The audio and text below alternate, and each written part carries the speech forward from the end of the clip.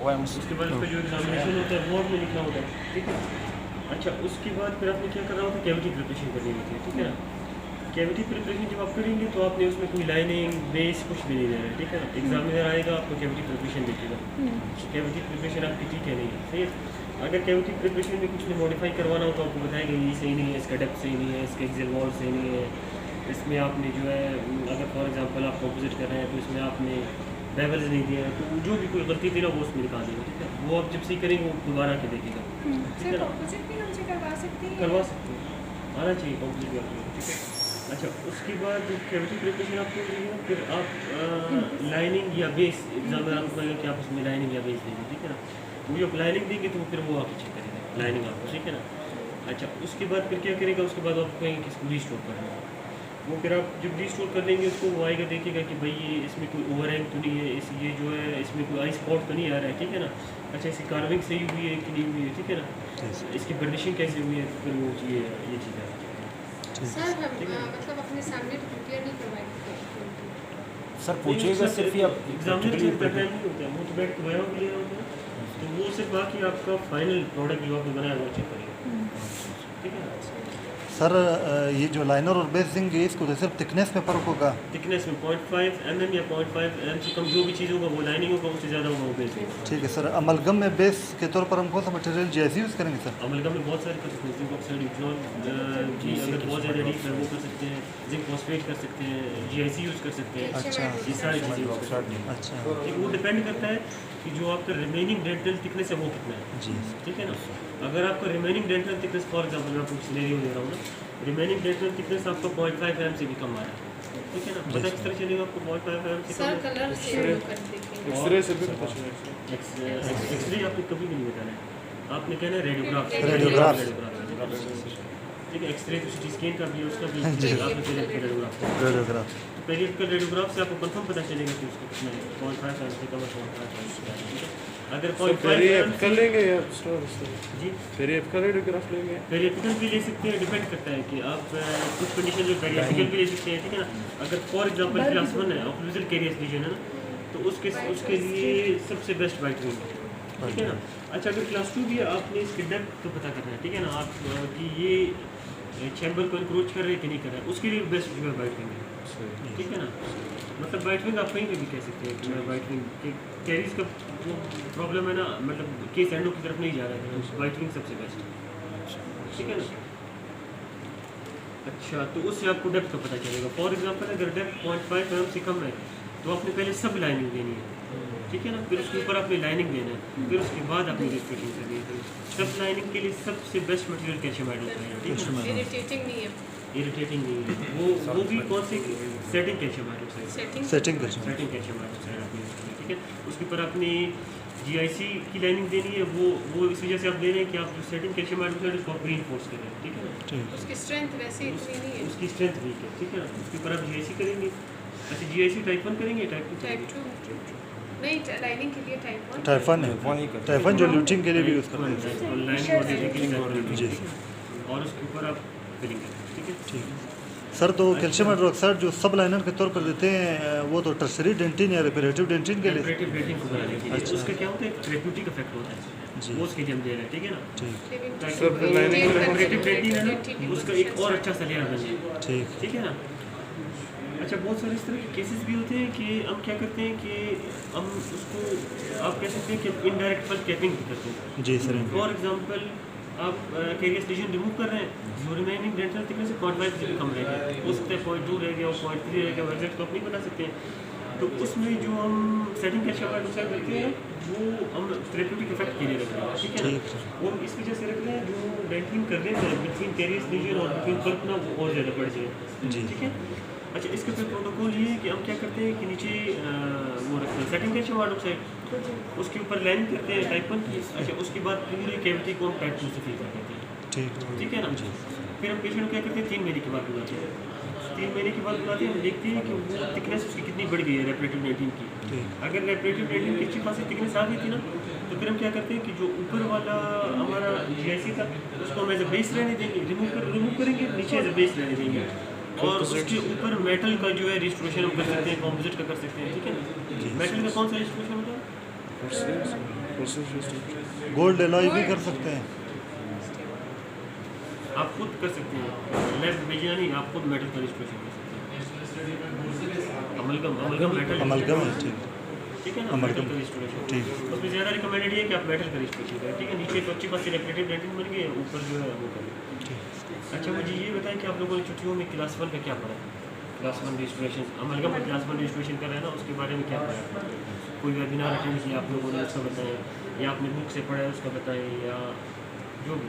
Sir उसमें तो main हम लोगों ने मतलब कैविटी प्रिपरेशन के स्टेप्स क्या है, आउटलाइन फॉर्म है, रिटेंशन। आउटलाइन फॉर्म उसका बता दें क्या क्या। आउटलाइन फॉर्म ये है कि सर आउटलाइन फॉर्म का मकसद ये है कि जहाँ तक केरीज हो वहाँ तक हमने एक्सटेंड करना है ताकि हमारी कैविटी का एक शेप आ जाए जिसको हमने रिस्टोर करना है बाद में। ये आउटलाइन फॉर्म है वहाँ तक। आउटलाइन फॉर्म का सबसे पहला ऑब्जेक्टिव ये है कि आपने जो भी केरियस रीजन है उसको कम्प्लीटली रिमूव करें। ठीक हो गया जी सर। अच्छा दूसरा अंडरमाइन बिल्कुल रिस्टोरेशन जितने भी है ना, अंडरमाइंड एनामल आपने नहीं छोड़ना है। अगर आपने छोड़ दिया तो क्या होगा? उससे फ्रैक्चर हो गया, एनामल फ्रैक्चर होगा। फ्रैक्चर हो। जहाँ पे भी अंडरमाइंड एनामल है उसको आपने रिमूव करके उसको रिप्लेस करना है आपने अमलगम के साथ, ठीक है। अच्छा और क्या होगा? उसके बाद सर रेजिस्टेंस रिटेंशन और रेजिस्टेंस फॉर्म है उस। अच्छा एक मिनट, आउटलाइन फॉर्म एक और चीज़ भी है जी। ये बिल्कुल आइडियल है। ये pit and fissures for example इसको हमने इंक्लूड करना है नहीं करना है अपने कैविटी प्रिपरेशन में? मैं कैविटी बना रहा हूँ फॉर एग्जांपल, हम इसको वो कर लेते हैं कि यहाँ पे इनेमल है, ठीक है। हम इसको इस तरह करते हैं कि यहाँ पे इनेमल है, इसको हम क्लास 1 कंसीडर करते हैं, ठीक है। तो इस पिट एंड फिशर्स को इन्वॉल्व करना है हमने नहीं करना? सर आउटलाइन फॉर्म में पहले मतलब आप एक आउटलाइन दे देते हो जो कैविटी की शेप की है, फिर बाकी की जो कैरीज रहेगी हैं वो फिर बाद में आपके सर जो मतलब सर, मेन thickness को कैविटी है, देखेंगे, कैविटी के नजदीक जो फिर से अच्छा फिशर ये है मुझे वो बताएं involve कि ये पिट एंड फिशर कैरियस है कि नॉन कैरियस है? कैरियर्स हैं सर। सर ऐसे नजर नहीं आ रहा, मैंने बिल्कुल ये तो नॉन कैरियस है। नॉन कैरियस है, कैरियर्स नॉन कैरियस। नहीं ये तो सर उसका नॉर्मल। ये इस कंडीशन में मुझे बताएं कि कैरियस है कि नॉन कैरियस? अच्छा ये भी आपने आउटलाइन फॉर्म में डिसाइड करना है कि आप क्या करना है। करक है सर कैरियस नहीं है सर, नहीं देखिए नीचे से सर, अगर पूरा कैरियस रिमूव करेंगे फिर पता चलेगा। आप बताएं डॉक्टर। सर कैरियस नहीं लग रहा है। अच्छा अब दगा है उधर। मेरे ख्याल से सर एक्सरे पे फिर डॉक्टर पता साहब के लिए वो सब कह रहे हैं कि नॉन कैरियस है। नहीं कैरियस है सर, कैरियस है। सर डायरेक्टली तो पता नहीं चल रहा है सर, लेकिन जब कैरियस कैरियस लग रहा है सर मुझे भी, नजर आता है अंदर अंदर से कैरियस होगा सर। मेरे ख्याल से कि ये नॉन कैरियस होगा, जी सर। ठीक है ना। ये नॉन के बी पे पिट एंड फिशर स्टेन भी है लेकिन नॉन कैरियस है, ठीक जी है। इसके लिए या तो बाइटिंग करनी आपको पता चल जाए कैरियस है नॉन कैरियस है, लेकिन क्लिनिकली ये लग रहा है कि नॉन कैरियस है, ठीक है ना। वो अभी कैसे सर? अभी जो इसको- ब्लैक स्पॉट तो है सर, हम क्या कह सकते हैं? ये नहीं स्टेनिंग ब्लैक स्पॉट है, स्टेन्स के हैं अक्सर अच्छा, स्टेन्स stains होते हैं। स्टेन्स होते हैं। पुराना नॉर्मली आपके ओरल कैविटी में एक्टिनोमाइसिस होते हैं जो स्टेन्स कॉज करते हैं, ठीक है ना। ये स्टेन पिट एंड क्या फिशर है। आपको कोई इसको हमने इतने दिन सोडियम हाइपोक्लोराइड में लिखा हुआ था, थोड़ी निकल गया। हाँ ये भी हो सकता है। अच्छा इसको मैं अपनी कैविटी प्रिपरेशन में इन्वॉल्व करूँगा कि नहीं करूँगा? क्लास सर 1 जो के बाद प्रोक्सिमल सरफेस नहीं के साथ करेंगे, उनको पहले इन्वॉल्व करेंगे, बाद में जो सर, ज्यादा डिस्टेंट पे उनको अलग से रिप्लेस सर आपने हमें कंजर्वेटिव प्रिपरेशन जो बताया था सर। सर पहले आप आउटलाइन फॉर्म बनाकर उसके बाद जो एक्स्ट्रा कैरीज होती है उसके बाद रिमूव करते हैं। ठीक है। ये देख रहे हैं, ये मैंने आउटलाइन फॉर्म यहाँ पे बना लिया, ठीक है ना। ये बन गया, कंप्लीट हो गया इसकी कैविटी प्रिपरेशन। अभी इनको मैं इन्वॉल्व करूँगा, मैं इसी कैविटी के साथ ही इनको इन्वॉल्व करूँगा कि नहीं डाउट करूँगा? शेप सर वो हाँ इस सर, पर डिपेंड करता है। मार्जिनल रिस्क को बचाएंगे। सर तो क्लास 1 कह रहे हैं ना। इन्वॉल्व करेंगे। सर अगर दो करेंगे। नहीं सर सर अगर दो कैरियस लीजन के दरमियान 0.5 mm का डिस्टेंस हो तो फिर इन्वॉल्व करेंगे वरना नहीं करेंगे। मतलब अगर दो Caries कैरियस lesion लीजन हो अगर है दोनों नहीं। सेट पे सर। ये तो मैं कह रहा हूँ कि नॉन कैरियस है। Non इसमें क्या carriers, जी करेंगे? सर। नहीं सर करेंगे एक्सटेंड करना है सर। इसको इसी तरह रहने देंगे, इसी तरह रहने देंगे सर, डिस्टेंस बहुत ज़्यादा है। इसी तरह रहने देंगे। नहीं सर, सर, attention अलग के अलग लिए। प्रिपेयर Attention के करेंगे लिए सर। सर देंगे सर, डाउट है। सर अच्छा ये मुझे बताएं कि जो वो होती है क्लास 1 रिस्टोरेशन होती है ना, उसकी जो ऑक्लूसिव जिंजिवल डेप्थ होती है, जो डेप्थ है ना ऊपर से लेकर नीचे तक, वो कितनी होती है? 1.5 से 2 mm। 1.5 to 2 mm, ठीक है ना। ये एग्जाम में लाजमन पूछा जाएगा, ठीक है ना। अच्छा अगर अभी फॉर एग्जांपल मैं इनको इन्वॉल्व कर रहा हूँ ना, तो मैंने 1.5 to 2 mm नीचे डीप जाना है, ठीक है ना। अगर मैं 1.5 to 2 mm नीचे डीप नहीं जाऊँगा तो इसकी रिटेंशन ही नहीं आएगी, ये निकल जाएगा ना। फ्रैक्चर हो तो जाएगा। इसको आजकल कहते हैं कि इसको इन्वॉल्व आपने नहीं करना है, ठीक है ना। आपने क्या करना है, यहाँ पे अपना कैविटी प्रिपरेशन कर लें, यहाँ पे फिलिंग कर लें, यहाँ पे प्रिवेंटिव रेजन रिस्टोरेशन कर लें। इसको सिर्फ ओपन कर लें, फिशर्स को सिर्फ ओपन कर लें 0.5 mm, ठीक है ना। और यहाँ पे आप फ्लोएबल कॉम्पोजिट से या अनफिल्ड रेजिन कॉम्पोजिट स्पेशली आते हैं पिटेड फिशर्स के लिए, तो इनको आप उनसे फिल कर लें, ठीक है ना। फिशर्स के हम लोग इनामल प्लास्टिक ये सबसे कंजर्वेटिव अप्रोच है। सर रेफरेंस बुक में भी यही लिखा हुआ था कि पहले जो है आउटलाइन फॉर्म बनानी है आपने, हाँ। फिर आप इस कोई तरह अगर करें, आप इस तरह रेस्टोरेशन करें रहेगी कि- और केरीज रहेगी फिर आपने उनको बाद में सर हर पेशेंट बाद में रिमूव करके जरूरी नहीं है कि आप अमलगम ही करें, बाद में रिमूव करके आप रेजिन सर एडल्ट्स में भी दीजिए एडल्ट सब में। हाँ, ये बहुत गलत कंसेप्ट है कि एडल्ट में पिटेड सर अगर केरियस हो फिर क्या होगा एडल्ट में सर? भी आप पिटेड फिशर तो फिर बसाएगा ना सर अगर ये पिट्स एंड फिशर केरियस होगा नहीं फंसाएगा, उसको पता चलेगा आपने अच्छा पढ़ा। डरना नहीं है, इससे नहीं डरना है कि एग्जाम सर मैं वाइवा में फेल होने के चांसेस ज़्यादा है सब थ्योरी नहीं जो सोचो आप उसका ट्रिक ये है कि ना आप एग्जामिनर को इतना बताएं वो जितना आपसे पूछ रहे हैं, ठीक है ना। फॉर एग्जांपल अगर उसने आपसे पूछा कि हम इसको इन्वॉल्व करेंगे नहीं करेंगे, तो फिर आपने बताना है। अगर आपने अपने से बता दिया ना, तो वो फिर नेक्स्ट उससे पूछेगा। अगर आपने इतना बताया कि हम सिर्फ इसी कैविटी को प्रिपेयर करके फिल कर लेंगे ना, वो आपसे नेक्स्ट पूछेगा इस पिटेड फिशर से क्या करेंगे। अगर आपने पिटेड फिशर्स का पहले से बता दिया तो वो आपसे नेक्स्ट क्वेश्चन पूछेगा, वो आपसे प्रिवेंटिव रेस्पिरेशन पर डिटेल में पूछेगा, ठीक है ना।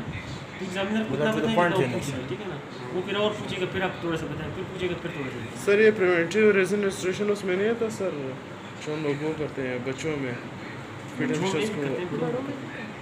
वो मेरा अच्छा, इसका रिटेंशन और रेजिस्टेंस आप किस तरह सर रेजिस्टेंस और रिटेंशन हमेशा जब हम इसके क्लोजल कन्वर्जेंस करेंगे तो अंडर द कस्प, जो चाहे बकल सेट कस्प या लिंगुअल, वहाँ हम ओब्लिक क्लास 1 की बात है। क्लास 1 की। सर क्लास 1 में ऑक्लूजल कन्वर्जेंस का कोई खास कांसेप्ट नहीं है। अच्छा सर, पैरेलल बिल्कुल बिल्कुल। पैरेलल। क्लास 1 का सबसे जो मेन पॉइंट है ना कि आपने बकल और लिंगुअल वॉल्स को पैरेलल रखना है। और फ्लोर को फ्लैट रखना है और लाइन एंगल flat। को राउंड करना है। बिल्कुल बिल्कुल। और इसके अलावा जो अच्छा, आपको जो केवो सरफेस एंगल एंगल देखिए, आप जब एक चीज़ को 90 डिग्री बिल्कुल, जब आप वॉल्स को पैरेलल रखते हैं ना, तो आपका केवो सरफेस एंगल जो है वो 90 डिग्री है। जी 90 डिग्री। कंपोजिट के लिए ग्रेटर देन और कन्वीनियंस फॉर्म में इसमें सबसे ज़्यादा इंपॉर्टेंट एक तो आउटलाइन फॉर्म है, एक रिटेंशन रेजिस्टेंस फॉर्म है। वो जो कन्वीनियंस फॉर्म है और बाकी जितने फॉर्म है वो सिर्फ स्टूडेंट को समझाने के लिए कहते हैं, लेकिन उनकी कोई एग्जिस्टेंस नहीं होती है, ठीक है ना। अच्छा, और रिटेंशन रेजिस्टेंस फॉर्म में बताएं क्या होता है। सर फिर सेकेंडरी रिटेंशन इसमें अच्छा, जो ये इनेमल मार्जिन होगा ना यहाँ पे, फॉर एग्जांपल हम यहाँ पे क्लास 1 बना रहे हैं, ये जो इनेमल का मार्जिन है इसको एक्यूट होना चाहिए या ऑब्ट्यूज होना चाहिए? Sir greater than sir acute obtuse होना चाहिए, लेकिन ऑब्ट्यूज ज़्यादा नहीं होना चाहिए, ठीक है ना। अभी इतना ऑब्ट्यूज नहीं होना चाहिए कि आपने एंड पीस को इस तरह रखा हो, ठीक है ना। फॉर एग्जांपल ये 90 है ना, तो आपको 90 से थोड़ा ज़्यादा करना है, अच्छा ठीक है ना। 85 समथिंग 90 से थोड़ा सा ज़्यादा होना चाहिए, ठीक है ना। ज़्यादा होना चाहिए। ऑब्ट्यूज एंगल, 130 एक्यूट एंगल नहीं, ऑब्ट्यूज एंगल। अच्छा।